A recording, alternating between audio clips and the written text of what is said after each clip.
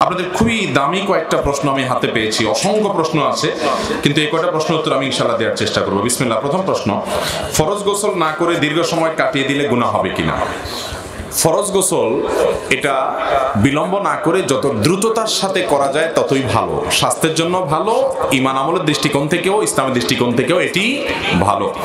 তবে কোনো কারণে ধরুন কারোর গভীর রাতে গোসল ফরজ হয়েছে, তিনি ফজরের সালাতের আগ পর্যন্ত যেহেতু তার গোসল না করলেও অসুবিধা নাই, যেহেতু নামাজের জন্য গোসল করতে হবে, সেজন্য তিনি গোসল ছাড়া যদি ফজরের নামাজের আগ পর্যন্ত থাকতে পারেন, তবে এক্ষেত্রে তার জন্য উচিত এবং কর্তব্য উত্তম হলো মিনিমাম ওযুটা করে নেওয়া। ওই অবস্থায় ওযু করে তারপর তিনি শুয়ে পড়বেন, এবং এটি বিভিন্ন হাদিস দ্বারা প্রমাণিত। কারণ মনে করেন ফজরের পরে গোসল ফরজ হয়েছে, এখন যোহরের নামাজের আগ পর্যন্ত মাঝখানে আর কোনো নামাজ নাই, তাহলে গোসলটা একটু পরে, 2 ঘন্টা পরে, 3 ঘন্টা পরেও তিনি করতে চাচ্ছেন, করতে পারেন। তাহলে এক্ষেত্রে উত্তম হলো ওযু করে নিয়ে তারপর অন্যান্য কাজ কাম করা, এবং পরবর্তী ফরজ ওয়াক্তের আগেই, ফরজ সালাতের আগেই তিনি অবশ্যই গোসল করে ফেলতে হবে। যদি কোনো কারণে ওযুও না করেন তারপরেও শুয়ে থাকেন ওই বাথরুম সেরে এসে, তো সেটাতে বড় কোনো গুনাহ হবে না, তবে ওযু করে শোয়াটাই হলো সুন্নাহসম্মত এবং ভালো।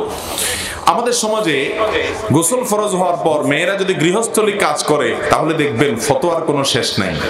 যত ভুয়া ভিত্তিহীন ফতোয়া মেয়েদের উপরে এদেশে আরোপ করা হয়, মেয়েদের উপরে যত মাসআলা, ভুয়া মাসআলা আরোপ করা হয়, ছেলেদের উপরে এত মাসআলা আরোপ করা হয় না।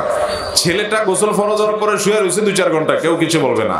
ওই বেচারি মেয়েটা গোসল ফরজ হওয়ার পরে যদি ওযু করেও গৃহস্থলী কাজ কাম করে, তো দেখবেন যে শাশুড়ি, ননদ, আশেপাশে সবাই ফতোয়া দিচ্ছে যে না, ফরজ গোসল হলে কোনো আপনার গৃহস্থলী কাজ কাম করা যায় না, বাচ্চাকে দুধ খান পাওয়ানো করা যায় না। তো এগুলো মেয়ের জন্য না, বরং ছেলের জন্য প্রযোজ্য যে যত দ্রুত সম্ভব গোসল করা ভালো। কিন্তু যদি কেউ গোসল একটু পরে করে পরবর্তী নামাজের আগ পর্যন্ত, এতে গুনাহ হবে না। কথা কি বুঝতে পারছি? তবে ফরজ গোসল হয়ে গেছে এই অবস্থায় আপনি মনে মনে বা মুখে জিকির করতে পারবেন, দুরূদ পড়তে পারবেন, দোয়া করতে পারবেন, কোরআন তেলাওয়াতটা আপনি করবেন না।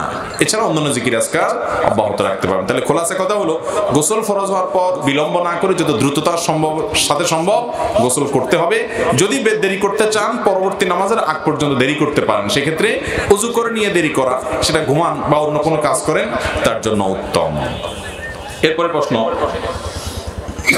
যদি নিজের স্ত্রী স্বামীর সাথে তুই মুই করে কথা বলে, এতে যদি স্বামীর রাগ হয় অথবা খারাপ লাগে, তাহলে কি স্ত্রীর এভাবে কথা বলা উচিত? দেখুন, স্বামী এবং স্ত্রী একে অন্যকে শ্রদ্ধা এবং সম্মান করে কথা বলতে হবে। কোরআনে কারিমে আল্লাহ পুরুষদেরকে নির্দেশ করেছেন, ওয়াশিরুহুন্না বিল মারুফ, তোমরা তোমাদের স্ত্রীদের সাথে সুন্দরভাবে জীবন যাপন করো। ছোট লোকের মতো আচরণ করা যাবে না, অন্যায় আচরণ করা যাবে না, যেটা অনেক স্বামীরা করেন। আবার একই কথা নারীদের জন্য প্রযোজ্য, তারা তাদের স্বামীদের সঙ্গে তুচ্ছ তাচ্ছিল্য করে, তুই তুকারি করে কথা বলতে পারেন না। যদি করেন তাহলে এতে পরিষ্কারভাবে গুনাহ হবে। এবং বিশেষ করে একজন নারীর কাছে তার স্বামী অভিভাবক তুল্য, বরং অভিভাবক, অতএব তার স্বামীকে শ্রদ্ধা করা তার কর্তব্য। অনেক বোন আছেন সব আমল করতে রাজি আছে, নামাজ পড়বে, রোজা রাখবে, হজ করবে, যাকাত দিবে, মাথায় ঘোমটা দিবে, পর্দা করবে, সব ঠিক আছে, মাগার স্বামীর আনুগত্য করতে বললে আর এখানে উস্ফুস শুরু করে দিবে না। এই লোকের কথাও কি শোনা যায়? আপনারা তো এখানে ঠিক বলবেন, মহিলারা থাকলে এখন উল্টাটা ঠিক বলতো, কারণ সবাই চায় তার পক্ষের ওয়াজ, কেউ বিপক্ষেরটা শুনতে রাজি না।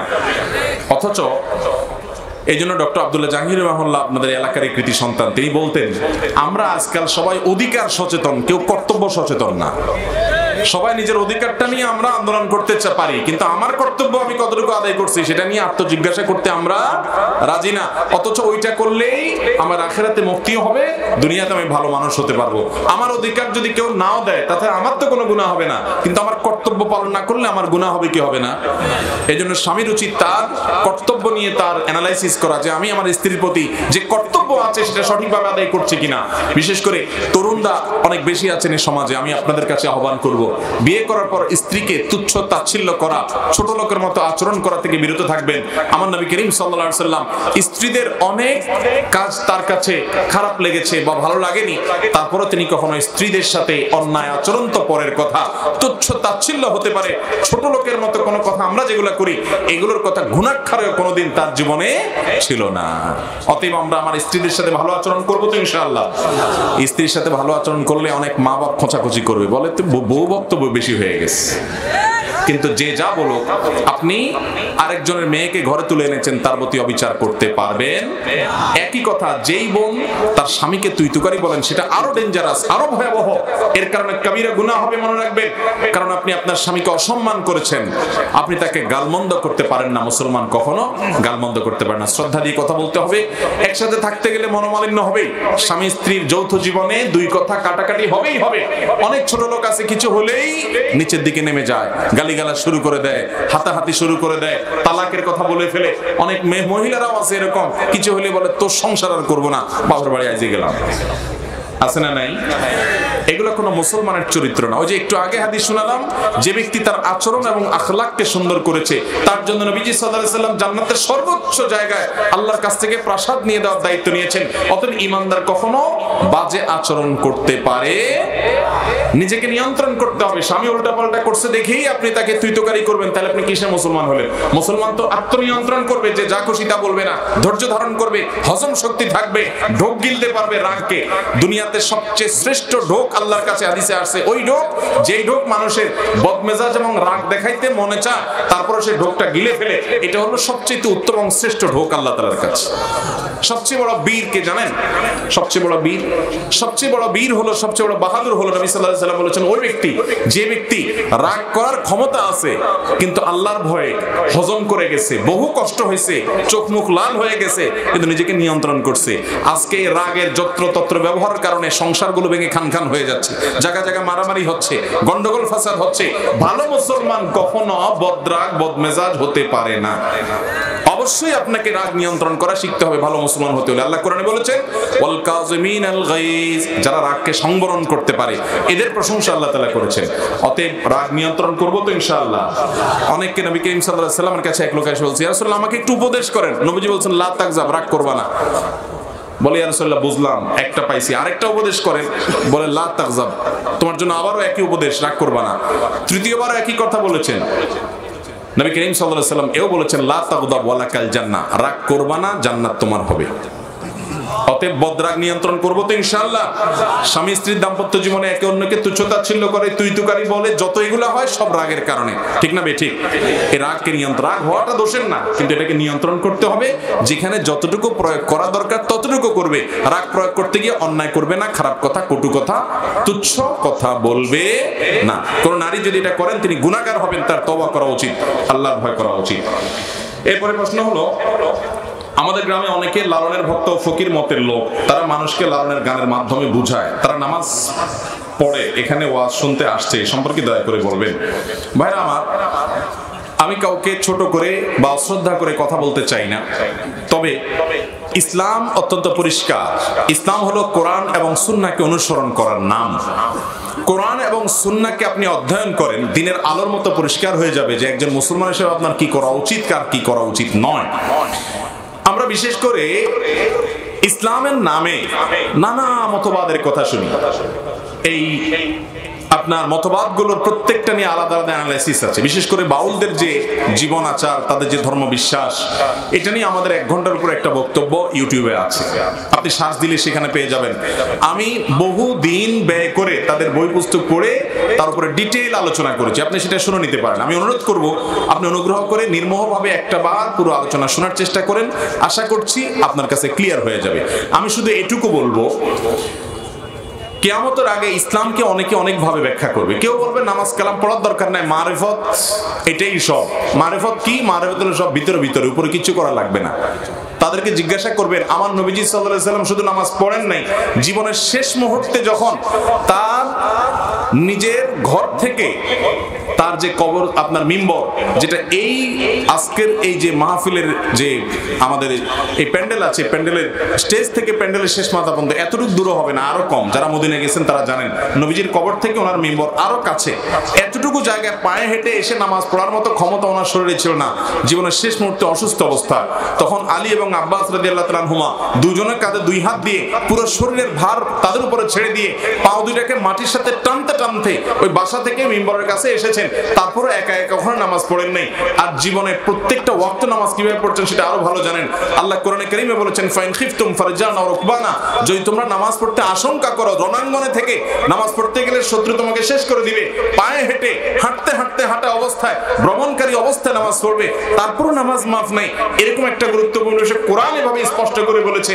আপনি বলেন না শরীয়ত টরিয়ত অর্থাৎ এভাবে এত নামাজ কালামের দরকার নাই, ভিতরে ভিতরে মারিফত টারিফত কিছু একটা করলেই হয়ে যাবে। তাহলে নবীজি এত কষ্ট কেন করছেন? ইসলাম কি আপনি নবীজির কাছ থেকে শুনবেন নাকি এদের কাছ থেকে শুনবেন? কার কাছ থেকে শুনবেন? আল্লাহ নবীর কাছ থেকে শুনবেন না? আল্লাহ তাআলা তাকেই পাঠিয়েছেন মডেল হিসেবে। অতএব ইসলামের নামে আমরা এই সমস্ত বিভ্রান্তির মধ্যে থাকলে কখনো আমরা মুক্তির পথ পেতে পারি না। নবী করিম সাল্লাল্লাহু আলাইহি ওয়াসাল্লাম পরিচ্ছন্ন থাকতেন, তিনি পরিষ্কার থাকতেন। জুমার দিন গোসল করাকে এক হাদিসে তিনি ওয়াজিব বলেছেন, এটা আগে ওয়াজিব ছিল পরে মানসুখ হয়েছে। ভাইরা আমার, নবী সাল্লাল্লাহু আলাইহি ওয়াসাল্লাম প্রতিদিন অনেকবার করে মেসওয়াক করতেন, পরিচ্ছন্ন থাকতেন যাতে মুখের দুর্গন্ধে কারোর কষ্ট না হয়। তিনি বাসায় ঢুকতে মেসওয়াক করতেন, ওযুর সময় মেসওয়াক করতেন, নামাজের সময় মেসওয়াক করতেন, তিনি কোনো জায়গায় যেতে গেলে মেসওয়াক করতেন, জুমার দিন আলাদা মেসওয়াক করতেন। এত ঘন ঘন মেসওয়াক করতেন যাতে পরিচ্ছন্ন থাকে।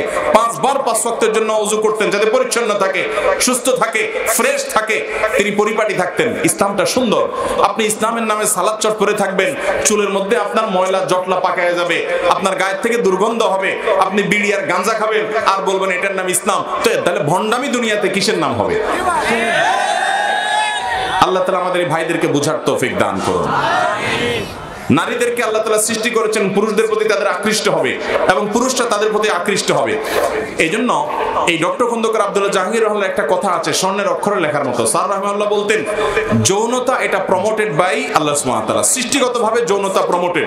একটা নির্দিষ্ট বয়সে যাওয়ার পর মানুষের ভিতরে যৌন আকাঙ্ক্ষা জাগ্রত হয় কি হয় না? এটা কি কায়ও জাগ্রত করে দিতে হয়?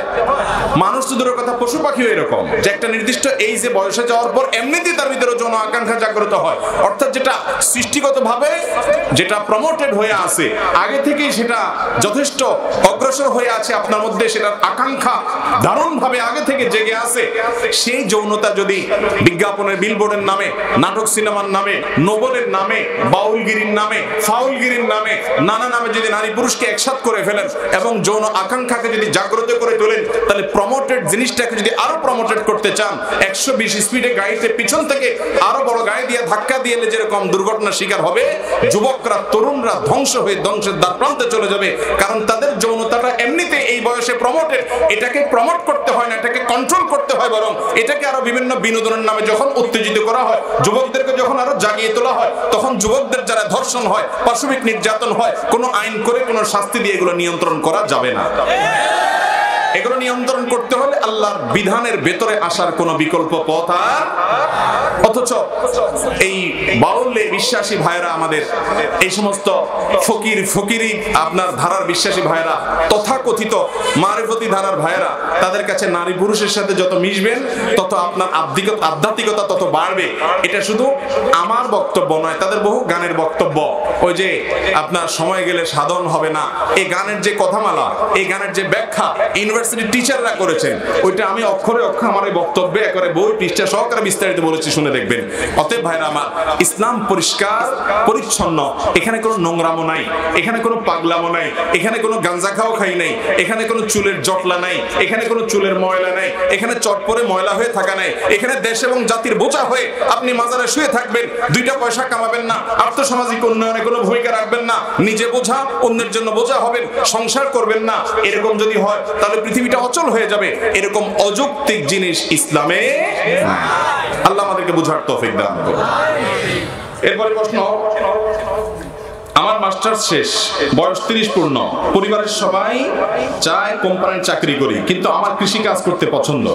অনেকে আমাকে নিয়ে সমালোচনা করে, এতে বাবার মান অনেক খারাপ হয়, আমিও হতাশাগ্রস্ত।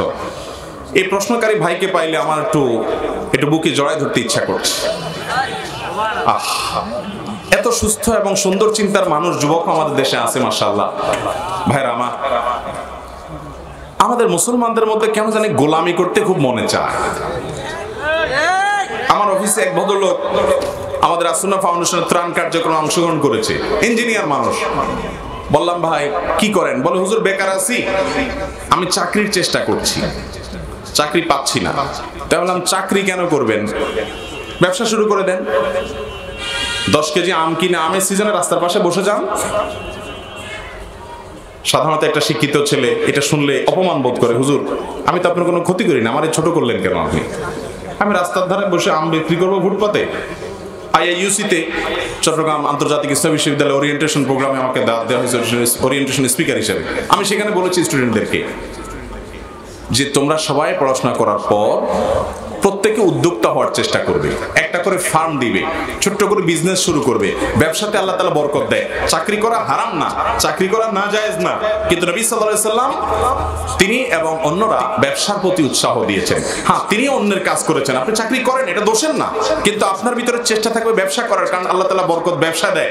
নবীগণের বেশিরভাগই এই জাতীয় কাজকে উৎসাহিত করেছেন। নবী সাল্লাল্লাহু আলাইহি সাল্লাম বলেছেন, আফদালুল কাসবি কাসবুল ইয়াদ, সবচেয়ে উত্তম কামাই হলো হাতের কামাই, নিজের হাতের কামাই। এখন মুশকিল হলো আমাদের সমাজটা এমন হয়ে গেছে, চাকরি করলে তাকে মনে করে অনেক বড় কিছু হয়ে গেছে। আরে ভাই, চাকরি যত বড়ই হোক ওটা দিন শেষে চাকর থেকে চাকরি, চাকর থেকে চাকরি শব্দটার একটু খেয়াল করে দেখছেন মিনিংটা কি? চাকর, চাকর বুঝেন? এখন আপনি চাকরি করার পর আপনাকে বলি, এ চাকর ভাই এদিকে আসেন, আপনি তো আমারে ঘুষি মারবেন নাকের উপরে, বলে এই লোক ছোট করলো কেন আমাকে, আমি চাকর নাকি? তো চাকরি কেন হয়? কারোর চাকরগিরি করে সেজন্য কি বলে, আমি ছোট করছি না, আমি এই শব্দটার বাস্তবতা বোঝাচ্ছি। আপনি যত বড় পদে চাকরি করেন আপনি বড় চাকর, আরেকজন ছোট পদে চাকরি করে সে ছোট চাকর। মুসলমান যুবকরা উদ্যোক্তা হবেন, উদ্যোক্তা। উদ্যোক্তা হওয়া বুঝেন? 1000 টাকা পাইছেন, 1000 টাকা জিনিস বিক্রি করে 20 টাকা লাভ করেন, 50 টাকা লাভ করেন, আবার সে 1020 টাকা ইনভেস্ট করে আর 50 টাকা লাভ করেন। এতে রিস্ক হবে, ব্যবসায় রিস্ক আছে। আমরা আসলে মূলত সব অলস, আমরা চাই সারাদিন গোলামি করব, কারণ মাস শেষে আমাকে একটা স্যালারি দেখ, আমি বসে বসে খাবো। এতে কোনোদিন একটা দেশ, একটা সমাজ, একটা মানুষ প্রকৃত অর্থে উন্নতি করতে পারে না। ইহুদিরা গোটা দুনিয়া কন্ট্রোল করে, ওরা কিন্তু চাকরি করে না, ওরা সব ব্যবসা করে। গোটা দুনিয়ার বড় বড় বিজনেস দেখবেন সব তাদের কন্ট্রোলে। মুসলমানের সন্তান শুধু চাকরি ছাড়া কিছু বোঝে না। আপনাকে আপনার বাপ খারাপ বলতেছে তুই কৃষি কাজ করবি, এটা কোনো কথা হইলো? তুই চাকরি কর, আশপাশের লোক খারাপ বলতেছে। দুনিয়ার মানুষের নিয়ম হলো তেলালা মাথায় তেল দিবে। আপনি আপনার কাজ চোখ বন্ধ করে কাজ করতে থাকেন, পয়সা করে যখন কামাতে থাকবেন তখন দেখবেন সবাই বাহবা দিতেছে। আর কৃষিকাজ নিয়ে আমার একটা আলোচনা আছে, মানে আলোচনা করার প্ল্যান আছে, এখনো করতে পারি নাই। আমি নিজে অবাক হয়ে গেছি, কোরআন এবং হাদিসে কৃষি কাজের ব্যাপারে এত উৎসাহ দেওয়া হয়েছে। এই যে আজকে পৃথিবীতে দুর্ভিক্ষের আওয়াজ শোনা যাচ্ছে, মুক্তির একমাত্র পথ হলো কৃষিকাজ। ওই দুনিয়ার ধানায় পানায় কোনো কিছু কুলাবে না, শেষ পর্যন্ত ভাত খেয়ে বাঁচতে পারেন কি না। এখন দেখেন না কদিন পর পর প্রাইম মিনিস্টার বলতে থাকে যে ফাঁকা জায়গা পাইলে ওখানে গাছ লাগান, এটা পাইলে ওইটা করেন। ইসলাম এই কথা 1450 বছর আগে কয়ে ধুয়ে দিচ্ছে, বুঝেন না কথা? আমরা তো বড় লোকই জাহির করি, আপনাদের এই অঞ্চলে বেশি নাই। ওই ঢাকার ওই সাইডে, কুমিল্লার ওই সাইডে দেখা যায় ক্ষেত সব খালি, চাষ করে না। কেন চাষ করেন না? বলে যে আমার ছেলে মেয়ে 2টা বিদেশে আছে, 3টা সৌদি আরব আছে, আমি কাজ করব। ছেলেরাও বলে না বাপ তুমি খেতে যাবা না, আমাদের ইজ্জত যাবে। ওই ছেলেও মূর্খ, বাপও মূর্খ। কাজ করলে ইজ্জত যায়।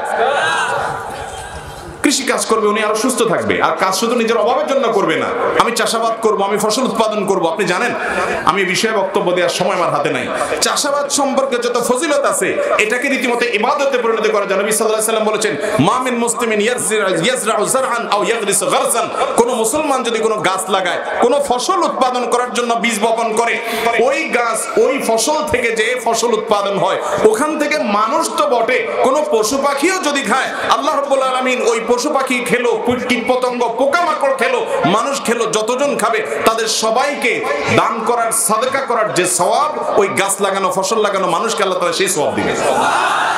আপনি চিন্তা করেন। আচ্ছা ভাই, একটা প্রশ্ন করি আপনাকে, আপনাকে আল্লাহ অনেক পয়সা করে দিছে, মেয়র সাহেব আল্লাহ তাআলা অনেক টাকা পয়সা দিয়েছেন, উনি 200, 500, 2000, 5000 মানুষ খাওয়াইতে চাইলে খাওয়াইতে পারেন, এটা সম্ভব। কিন্তু উনি যদি চান যে এই ঝিনাইদহ জেলাতে যত কীট পতঙ্গ পোকা মাকড় ছোট বড় আছে, এখান থেকে 500 বা 1000 পোকা মাকড়ের আমি একবেলা দাওয়াত খাওয়াবো, সম্ভব? পোকা মাকড়ের দাওয়াত দিবে কেমনে? দাওয়াতে তো দিতে পারবে না, খাওয়ানো তো বড়ের কথা, ঠিক না? ঠিক। কিন্তু একটাই বুদ্ধি, সেটা হলো আপনি কৃষি কাজ করেন, আপনি চাষাবাদ করেন, দাওয়াত দেওয়া লাগবে না, বিনা দাওয়াতে ওরাই এসে খেয়ে যাবে, ঠিক না? ঠিক। ওদেরকে খাওয়াইলে সওয়াব হবে না? আপনারা জানেন না হাদিস? নবী করিম সাল্লাল্লাহু আলাইহি সাল্লাম বলেছেন, প্রত্যেকটা প্রাণী যার ভিতরে প্রাণ আছে, সেটা তুচ্ছাতিচ্ছ পিপিলিকাও হতে পারে, কুকুরও হতে পারে, শিয়ালও হতে পারে, বিড়ালও হতে পারে, হিংস্র জন্তুও হতে পারে, তাকেও যদি আপনি তার প্রতি যদি অনুগ্রহ করেন, আপনার দ্বারা সে যদি উপকৃত হয়, আপনি সওয়াব পাবেন। আর নবী সাল্লাল্লাহু আলাইহি সাল্লাম বলেছেন, গাছ লাগালে, ফসল করলে, চাষাবাদ করলে তার দ্বারা যে উপকার মানুষ তো মাপে, কৃষি কাজ এখান থেকে পোকা মাকড় যে খায়, আপনি মনে করছেন হায়রে পোকা খায় সব শেষ করে ফেলছে। মুসলমানের লস বলতে কিছু নাই, যার ভিতরে ঈমান নাই ও তো ব্যাড স্যাড বলে হাউতাশ করবে। আপনার হাউতাশ করা লাগবে না, আপনি মনকে সান্ত্বনা দিতে পারবেন, আলহামদুলিল্লাহ পোকা মাকড় রিজিকের ব্যবস্থা হয়েছে, আমার চেষ্টা দ্বারা সওয়াব আল্লাহ তাআলা আমার আমলনামায় দিবেন। ঈমানদার হলো হাতির মতো, মরলেও লাগ বাঁচলেও টাক, নিজে ফসল উঠাইছি তাও ভালো, পোকা মাকড় খাইছে লসের কিছু নেই, সওয়াব আমি পাবো ইনশাআল্লাহ। চাষাবাদ করবেন তো ইনশাআল্লাহ? এটা ছোট মনে করবেন? ঠেলায় পড়লে সব ওই চাষাবাদের দিকে আসা লাগবে। আল্লাহ আমাদেরকে বোঝার তৌফিক দান করুন। এজন্য ভাইরা কে কি বলছে এসব দেখার দরকার নাই, নিজেরা সঠিক পথে থাকবো। এরপরে প্রশ্ন, আমি একজন সেলুন দোকানদার, আমি মানুষের দাড়ি চাষা ও দাড়ি ছেটে দেওয়ার কাজ করি, এতে আমার গুনাহ বা আমলে ক্ষতি হবে কিনা? ভাই আমার, যেই কাজ গুনাহ এবং নাজায়েজ হয় সে কাজে সহযোগিতা করাও নাজায়েজ। এজন্য আপনি চেষ্টা করবেন এই কাজটা অ্যাভয়েড করার। এখন বলবেন এটা অ্যাভয়েড করলে দোকান চলবে। আমি ঢাকার একটা দোকানের কথা জানি, বাড্ডায়, সে লেখা দিছে, ভাই আমি দুঃখিত এখানে শেভ করা হয় না, এবং তার দোকানে দেখা যায় সিরিয়ালও বেশি পড়ে থাকে।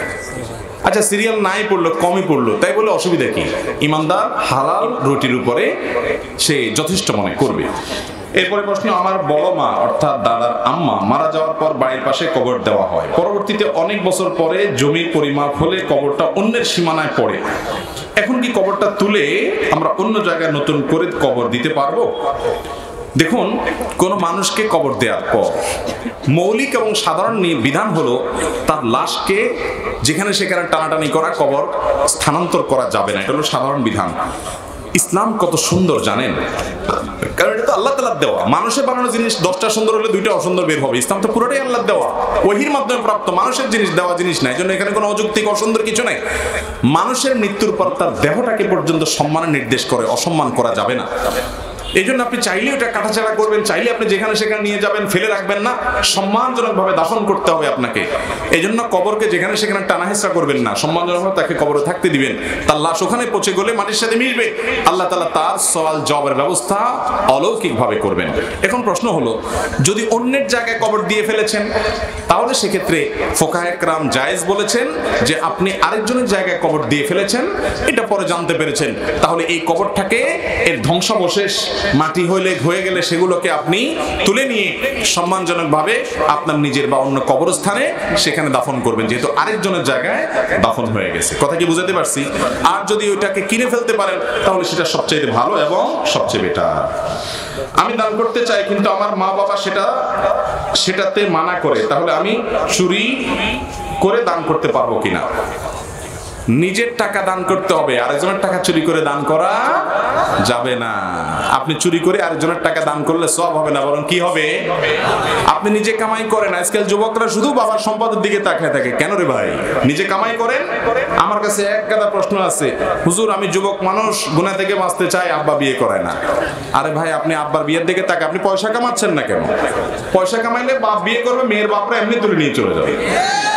পয়সা কামাবেন না, বসে বসে বাপের হোটেলে খাবেন, আবার মেয়ে আরেকটা এনে বলেন বাপ তুমি এটারও খাও। যদিও বাপের উচিত সামর্থ্য থাকলে নিজে টাকা দিয়ে ভর্তুকি দিয়ে হলো ছেলেকে বিয়ে করানো, কারণ আমার ছেলের চরিত্র লক্ষ কোটি টাকার চাইতে উত্তম, অনেক মূল্যবান। এরপরে প্রশ্ন হলো, আমি মহান আল্লাহকে খুব ভয় পাই এবং তার হুকুম আহকাম মেনে চলার সর্বাত্মক চেষ্টা করি, কিন্তু মাঝে মাঝে ইবাদতে কোনো স্বাদ পাই না, এমনকি নামাজ কাজা করে ফেলি। আমি খুবই মানসিকভাবে কষ্টে আছি। ভাইরা আমার, ইবাদতে স্বাদ পাচ্ছেন না সেজন্য মানসিক কষ্টে আছেন, এটা তো একটা ভালো সাইন আলহামদুলিল্লাহ। আপনাকে আমি বলবো, প্রথমত চোখের গুনাহ থেকে বাঁচার চেষ্টা করবেন। চোখ দিয়া পরনানি দেখবেন না, অনলাইনে অফলাইনে ফেসবুকে ইউটিউবে টুইটারে কোনো জায়গায় না, এবং সবসময় চোখকে নিয়ন্ত্রণ করার জন্য লড়াই করবেন, চেষ্টা করবেন প্রতিদিনকে উন্নত করার। এক। নাম্বার 2, হালাল উপার্জন করবেন, হালাল ভক্ষণ করবেন, এক্ষেত্রে কোনো কম্প্রোমাইজ করবেন না, এই দুটি কাজ সিরিয়াসলি করবেন। নাম্বার 3, সালাত অর্থ সহকারে বুঝে ধীরস্থিরতার সাথে সুন্দর করে আদায় করবেন, ইনশাআল্লাহ সালাতের ভিতরে স্বাদ এবং তৃপ্তি অনুভব করবেন। রাস্তাঘাটে চলতে খুবই চেষ্টা করি চোখকে হেফাজত করতে, কিন্তু মাঝে মাঝে ব্যর্থ হয়ে যায়, আমার জন্য দোয়া করবেন। আল্লাহ তাআলা আপনাকে আমাকে সবাইকে চোখ হেফাজত করার তৌফিক দান করুন। আরে ये কুস্তি তো হয় অমর ভর কি, কবি ও দবালে কবি তু দবালে, এই লড়াই তো শয়তানের সাথে সারা জীবনে। কখনো শয়তান আপনাকে হারায় দিবে, আপনার চোখ দিয়ে জেনা করে ফেলবে, পরক্ষণে যখন আপনার ভিতরে সম্বিত ফিরে আসবে, আপনি আক্ষেপ করে নিজেকে শাসন করে বলবেন, দোষ আমি কি করলাম, আমি এবার আফসোস করে নতুন করে পণ করব না, আমি আর এটা ভঙ্গ হতে দেব না, আমি আমার আমল নষ্ট করব না, আরো সংকল্প করে আগাবেন। এই লড়াই করতে করতে আপনি জিতে থাকার চেষ্টা করুন বেশিরভাগ টাইম, এটাই তো তাকওয়া। আল্লাহ তাআলা তৌফিক দান করুন। আমার প্রশ্ন, কেবলার দিকে পা দিয়ে শুয়ে থাকলে অথবা কেবলার দিকে থুতু ফেললে কোনো গুনাহ হবে কিনা? ইবনে হিব্বান এবং সম্ভবত মুসনাদ হাকিমের একটি বর্ণনা আছে, নবী সাল্লাল্লাহু আলাইহি ওয়াসাল্লাম বলেছেন, মান তাফালা তুজাহাল কিবলা যা ইয়াউমাল কিয়ামাতি ওয়া তাফালাতুহু মা বাইনা আইনাইহি, যে ব্যক্তি কেবলার দিকে থুতু ফেলে, শ্লেষা ফেলে, কফ এগুলো ফেলে নিক্ষেপ করে কেবলার দিকে, কিয়ামতের ময়দানে সে যখন উঠবে তার কপালে সেগুলো থাকবে, আঠার মতো লেগে থাকবে, অপমানিত হবে, মানুষ দেখলে বুঝবে দুনিয়াতে এই পাপটা সে করতো। আমরা অনেকে এটা খেয়াল করি না, থুতু শ্লেষা কফ আসলো ওয়াক্তু বলে যেদিক সেদিক মেরে দিলাম, কেবলার দিকে মারা যাবে, খবরদার। ভুলে হয়ে গেছে মনে হওয়ার সাথে সাথে সাবধান থাকবেন যে পরবর্তীবার যেন না হয়, খুব সাবধান থাকতে হবে। আমরা অনেক সময় খেয়াল করি না, যদি মনে হয় যে না সামনে বেসিন আছে, এখানে ফেলতে হলে কেবলামুখী হওয়া লাগবে, তাহলে নিচের দিকে ফেলবেন, এরকম কেবলার দিকে যেন না যায় সেটা খেয়াল করবেন। কথা কি বুঝাতে পারছি? তবে কেবলার দিকে পা দেওয়া নিষেধ এরকম কোনো হাদিস নাই, না থাকলেও যদি আপনি কেবলা সরাসরি কেবলার সামনে থাকেন, যেমন মক্কাতে গেছেন, তখন অবশ্যই আপনি কেবলার প্রতি ইহতিরাম থেকে এটা খেয়াল করবেন যাতে পা লম্বা করা না হয়। কিন্তু আপনি আপনার বাসা বাড়িতে গ্রাম থেকে শত শত মাইল দূরে থেকে কেবলার দিকে পা লম্বা করলে গুনাহ হবে, ব্যাপারটা কিন্তু সেরকম নয়। তারপরে যথাসম্ভব কেবলার প্রতি আজমত, শ্রদ্ধা, ভক্তি, ভালোবাসা এটা তো আমাদের মনে থাকতেই হবে। অমুসলিম ও সুদ কিংবা ঘুষের টাকা দিয়ে কোনো মসজিদ নির্মাণ করা যাবে কিনা? অমুসলিমের টাকা মসজিদে ব্যবহার করতে পারবেন যদি সেই টাকা দিয়ে উনি মসজিদে কোনো প্রভাব বিস্তার করার আশঙ্কা না থাকে।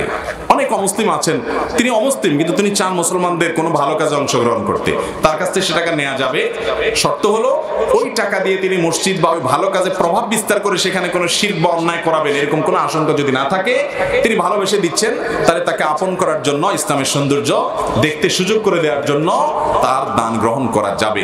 কিন্তু সুদ এবং ঘুষের টাকা মসজিদে দান করবেন না। ইন্নাল্লাহা তাইয়্যিবুন লা ইয়াকবালু ইল্লা তাইয়্যিবা, আল্লাহ তাআলা পবিত্র, পবিত্র ছাড়া কোনো কিছু গ্রহণ করেন না, অতএব ব্যাপারে সাবধান থাকতে হবে। যদি আপনি হারাম কোনো টাকা কারণ কোনোভাবে উপার্জন করে থাকেন, এটার মালিক খুঁজে তাকে বের করে দিবেন, না পাইলে গরিব দুঃখীকে দান করে দিবেন। মসজিদ মাদ্রাসাতে হালাল এবং পিওর টনটনা টাকাটা দিবেন। একটা ঘটনা বলি আপনাদের, যারা মক্কা যাওয়ার তৌফিক হয়েছে বা ইউটিউবে ভিডিওতে দেখেন, মক্কা কালো গেলাপে ঘেরা যে বাইতুল্লাহ আছে, এই বাইতুল্লাহর একটা অংশ কিন্তু উঁচা দেয়াল বুক পরিমাণ আছে, ঘেরাও করা, দেখছেন? এটাকে কি বলে? হাতিমে কাবা বলে, তাই না? এটার কাহিনী জানেন তো? এটা কিন্তু কাবার ভেতরের অংশ ছিল। এই ঘেরাও করাটা কাবার ভিতরে, ইব্রাহিম আলাইহিস সালাম যে কাবার 4500 বছর আগে নির্মাণ করেছেন, ওখানে কিন্তু এটা কাবার ভিতরে ছিল। নবী সাল্লাল্লাহু আলাইহি সাল্লামের দাদা আব্দুল মুত্তালিব যখন নেতা ছিলেন, ওনার আমলে এই কাবার ঘর পুরান হয়ে গেছে, চুরিদারি হতো, চোররা উঠে যেত, নানা অসুবিধা হতো, তখন এটাকে পুনর্নির্মাণ করার উদ্যোগ নিলেন। তারা মুশরিক ছিলেন, কিন্তু তাদের সেন্স দেখেন, তাদের রুচি দেখেন, তারা ঘোষণা দিলেন আমরা কোনো হারাম টাকা আল্লাহর ঘরে নেব না, যাদের হালাল টাকা আছে তারা শুধু দেন, হারাম টাকা নেব না, দরকার নেই, ঘরের উন্নতির দরকার নেই। এই জন্য টাকা তো হালাল সব সমাজে কম থাকে, ঠিক না? হালাল টাকা বেশি থাকে না কম থাকে? হালাল কম থাকে। সেজন্য এই যে উঁচা জায়গাটা হাতিম, এই জায়গাটাকে মসজিদে ঢুকাইতে পারে না টাকার অভাবে। চিন্তা করেন, এখনো পর্যন্ত সেটা সেভাবে রেখে দেওয়া হয়েছে যাতে করে মুসলমানরা সারা দুনিয়ার মানুষের শিক্ষা গ্রহণ করে। অথচ আমাদের দেশে দেখা যায় মসজিদ, মাদ্রাসা, ওয়াজ মাহফিল, শুধু কেন হুজুররা পাম্পড়তে দিয়ে আমরা বলি ভাই পয়সা দেন, পয়সা দেন। হালালের কথা অনেকে আমরা বলি না, অনেক ওলামা ইকরাম বলেন মাশাআল্লাহ, অনেকে বলেন, আবার অনেকে বলেন না। আরে ভাই, হারাম টাকা দিয়ে চাকচিক্য করার চাইতে মসজিদ নরমাল থাকুক, তারপরে হালাল টাকা দিয়ে হোক। হারামকে যদি আমরা নিজেরাই মারহাবার বাবা ওয়াজ মাহফিলে মঞ্চে দেই, তাহলে হারামের বি করবে। মুশকিল হলো টাকা পয়সা দিলে আমি হুজুরে গলে যাই, মাশাআল্লাহ মারহাবা দিয়ে ফেলে। আমরা হালালকে গ্রহণ করব, হারাম নয়। হারামকে আমরা না করব। দুনিয়ার সিস্টেমে কালো টাকা সাদা করা যায়, কিন্তু আল্লাহর সিস্টেমে কালো টাকা সাদার কোনো সিস্টেম 10,000 টাকা চুরি করে আপনি 2,000 টাকা দান করে দিলেন, বাকি 8,000 হালাল হয়ে যাবে না, পুরোটাই দান করে দিতে হবে সওয়াবের নিয়ত ছাড়া, বা মালিককে ফেরত দিয়ে আসতে হবে। ওই যে একটা গল্প আমি বিভিন্ন জায়গায় বলি, অনেক জায়গায় শুনছি, একজনে গরু চুরি করে আনছে, এনে কোরবানি দিয়ে দিস। তাই হুজুর জিজ্ঞাসা করলো, এটা কি কাম করলা তুমি? তো বলে, হুজুর গরু চুরি করছে এটা পাপ, আর কোরবানি দিয়েছে এটা পুণ্য সওয়াব, তো পাপে আর পুণ্য কাটাকাটি হয়ে গেল, গোশতটা ফাও।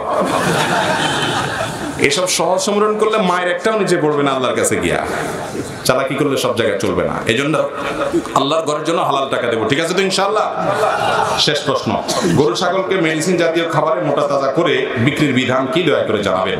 ভাইরা আমার, গরু ছাগল বলেন, মোরগ বলেন, মুরগি বলেন, যেই কোনো পশু বলেন, যে কোনো ফসল বলেন, এমন কোন মেডিসিন যদি সেখানে প্রয়োগ করেন বা ওই পশুকে খাওয়ান, যেটি খাওয়ানোর ফলে ওই পশুর গোশত খেলে মানুষ দুরারোগ্য ব্যাধিতে আক্রান্ত হবে, মরণ ব্যাধিতে আক্রান্ত হবে, তাহলে এই রকম পশু মোটা তাজা করার ঔষধ সেবন করানো, প্রয়োগ করা পরিষ্কার গুনাহ এবং হারাম। এটা হলো স্লো পয়জনের মতো মানুষকে হত্যা করার অপরাধে আপনি অপরাধী হবেন।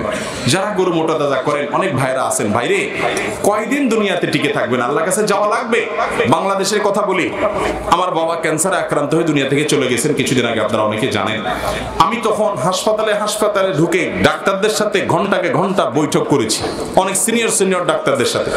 ইউনাইটেড হসপিটাল একজন সিনিয়র ডাক্তারের সাথে বসে আমি আলাপ করেছি, ভাই বলেন তো দেখি কেন এটা হয়। তারপরে এবার কেয়ার ডাক্তারের সাথে বসে আমি অনেক সময় আলাপ করেছি, ভাই আমাকে বলেন তো, আমি ওয়াজ মাহফিলে মানুষকে সচেতন করব। তারা বললেন, ভাই খাবার থেকে, সব বিষাক্ত খাবার, এগুলো হলো মূল আমাদের সমস্যা। আমাদের দেহগুলো মাটির নিচে পৌঁছতেছে না পর্যন্ত, এত ফরমালিন খাইতেছি আমরা, খাইতে খাইতে খাইতে খাইতে আজিমপুর কবরস্থানে লাশ নাকি অনেক বছর পরে উঠেলো, যেমনে টেমনে থাকে, চায়ে থাকে।